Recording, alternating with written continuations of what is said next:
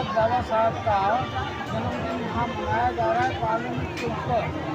आज बहुत बड़ी साजिश हो रही है कि बाबा साहब अम्बेडकर के स्टैचू को वहाँ से हिलाया जाए, न केवल हिलाया जाए बल्कि उसे संसद के परिसर से बाहर निकालकर अलग कर दिया जाए। ये एक साजिश है।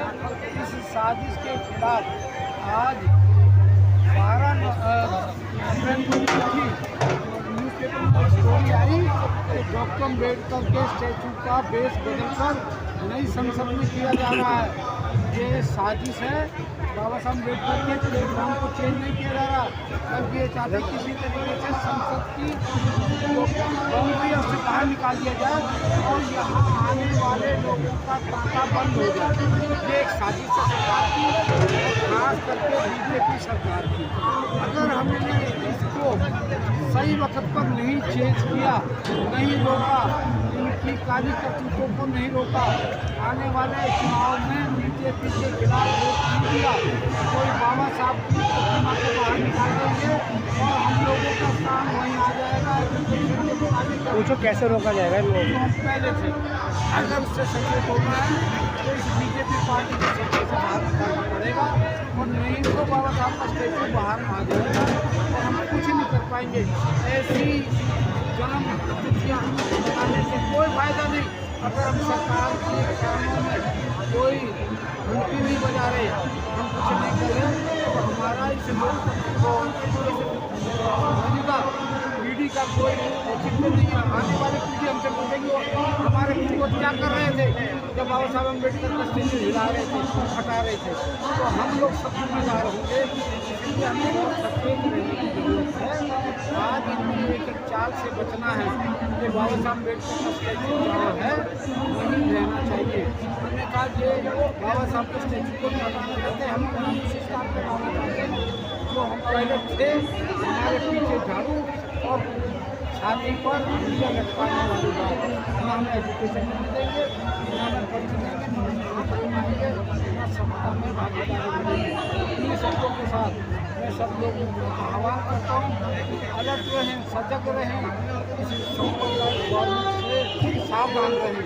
यही मेरा इस शब्द को योगदान है। भारत सरकार की तरफ पूछना सब लोग इस मुहिम में भारत में इलेक्शन कमीशन लागू होते हुए कैसे देखा जाए।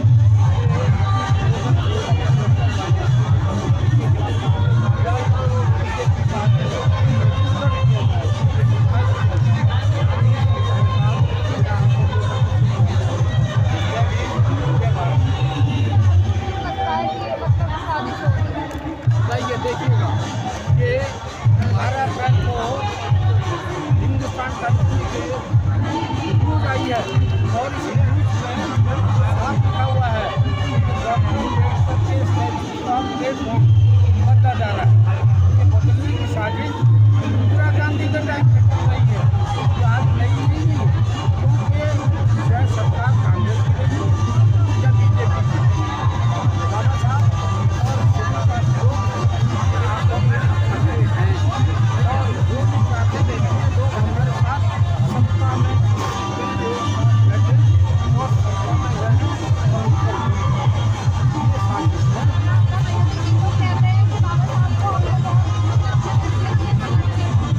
बाबा साहब को इसी बाबा साहब के संविधान कर रहे हैं, इसको हमें एक्सपोज करना होगा।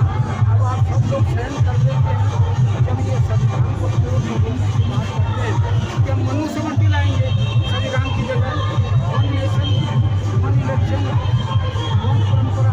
अब हम देश में एक इलेक्शन होगा तो आगे इलेक्शन नहीं होगा एक बार। ये मनुस्मृति के रहते हुए संविधान का कोई महत्व नहीं है। अगर संविधान बचाना है तो मनुस्मृति को पहले जलाना होगा। तो बाबा साहब अम्बेडकर ने 1924 में जलाई। आज वो हमें दिखाना होगा और हमें इनसे मांग करनी होगी मनुस्मृति को बैन करना। जब तक हमारी नई पीढ़ी साहित्य को नहीं पड़ेगी, बाबा साहब की कुर्बानियों को याद नहीं करेगी, कुछ नहीं कर सकती। ये भेदभाव में आने से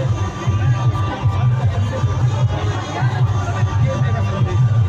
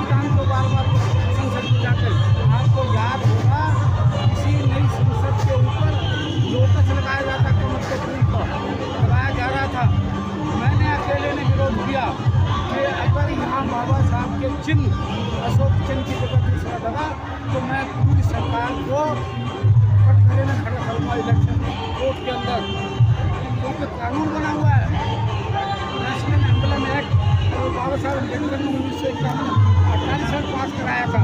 तो जब बाबा साहब अम्बेडकर का दिया हुआ राष्ट्रीय का जो है उसके रहते हुए लोकस कैसे कर सकता, लोकस तो बीजेपी पार्टी का इलेक्शन सिंबल है, इलेक्शन सिंबल को नहीं लग सकता, कानून विरोधी है। जब मैंने ये चिट्ठी लिखी या तो इसे हटा लो और नहीं तो मैं तुम्हारे खिलाफ वो जो है शुरू करूँगा मेरे कहने पर उन्होंने हटा दिया। आप 2 करोड़ रुपए खर्च करके अशोक स्तंभ लगाओ, ये अकेले इस आदमी की मुहिम का असर है। तो क्या हमें इतना बड़ा समाज इकट्ठा हुआ है,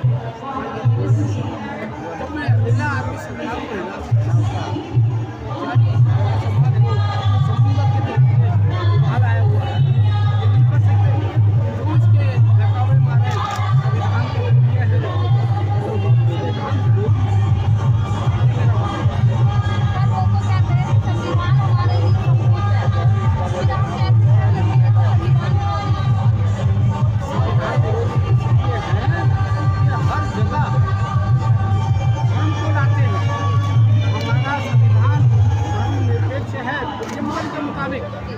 सरकार का कोई धर्म नहीं। जब सरकार का कोई धर्म नहीं तो मोदी जी राम कृष्ण और लक्ष्मण को तो क्यों आगे लाते हैं सीता को? कौन सा कानून आर्टिकल ऑफ कॉन्स्टिट्यूशन अलाउ करता है? नहीं अलाउ करता। जब अलाउ नहीं करता तो मोदी जी का यह आडम्बर है कि मैं संविधान का मान सम्मान करता हूँ। आडम्बर में नहीं फंसना है, तुम्हें सावधान रहना है, चौकस रहना है, चौकन्ना रहना है और समय आने पर उनके खिलाफ वोट देकर इनको बड़ी पार करना है, सरकार से बाहर करना है।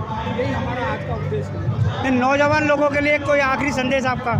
आखिरी संदेश यही है, सतर्क रहो और अपने मत का प्रयोग सही समय पर सही तरीके से दिया जाए। जो बाबा साहब विरोधी है, संविधान विरोधी है, उनको ना दिया जाए, जो वो कोई भी कैसे भी रूप में हमारे सामने। आपने सभी पार्टियों को देखा होगा, कोई पार्टी तो ऐसी होगी जो संविधान बचा सकती है।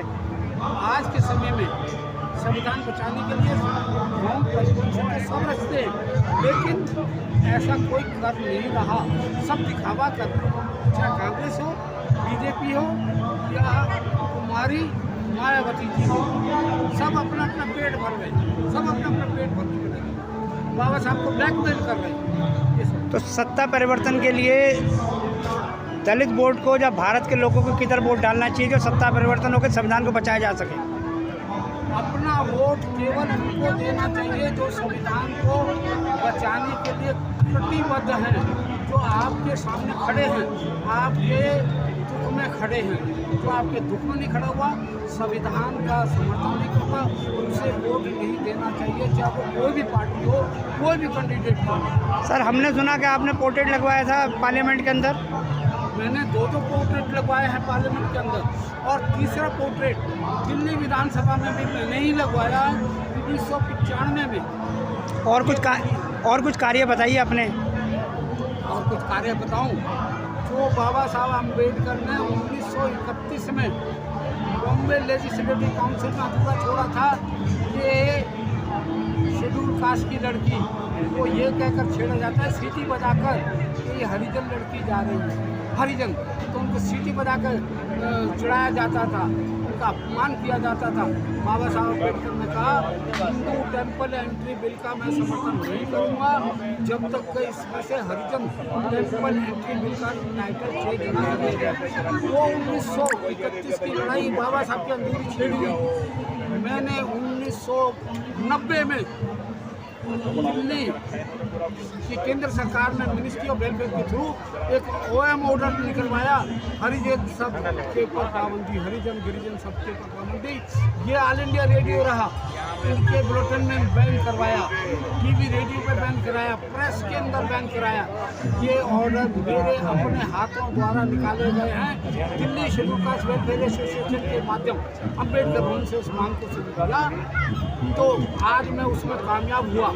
आज हरिजन सबके ऊपर पाबंदी लगी हुई है और 5 हाई कोर्टों ने उसको कन्फर्म किया है। कुछ ये मेरी कुछ बाबा साहब आपके छोड़ी हुई अधूरी लड़ाई को मैंने पूरा किया। कुछ आपके और कार्य जो हमने सुने कि और भी आपने कुछ कार्य किए, कुछ लोगों को ट्रेंड भी किया आपने, कार्य बहुत है। छोटे छोटे संक्षेप में बताइए जरा। संक्षिप्त में ये है कि इस वक्त जो हम लोग जिस दौर से गुजर रहे हैं, इस दौर में बड़ा सतर्क रहने की ज़रूरत है और हमें सरकार के काले कारनामे और हरकतों से बचकर नहीं रहा गया तो ये भीड़ ही भीड़ लगती रहेगी। ये कारगर नहीं है भीड़, जब तक के कुछ लिखत पलट ना हो। आज मैं लेटेस्ट बता रहा हूँ, इलेक्शन कमीशन को कंप्लेंट करने जा रहा हूँ कि मॉडल कोड ऑफ कंडक्ट के लागू होते हुए बाबा साहब अम्बेडकर के स्टैचू को बाहर निकालने का हमने आज क्यों किया।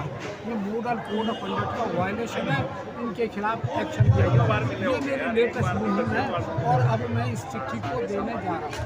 बहुत बहुत शुक्रिया। Thank you. आप भैया अपना क्या नाम है?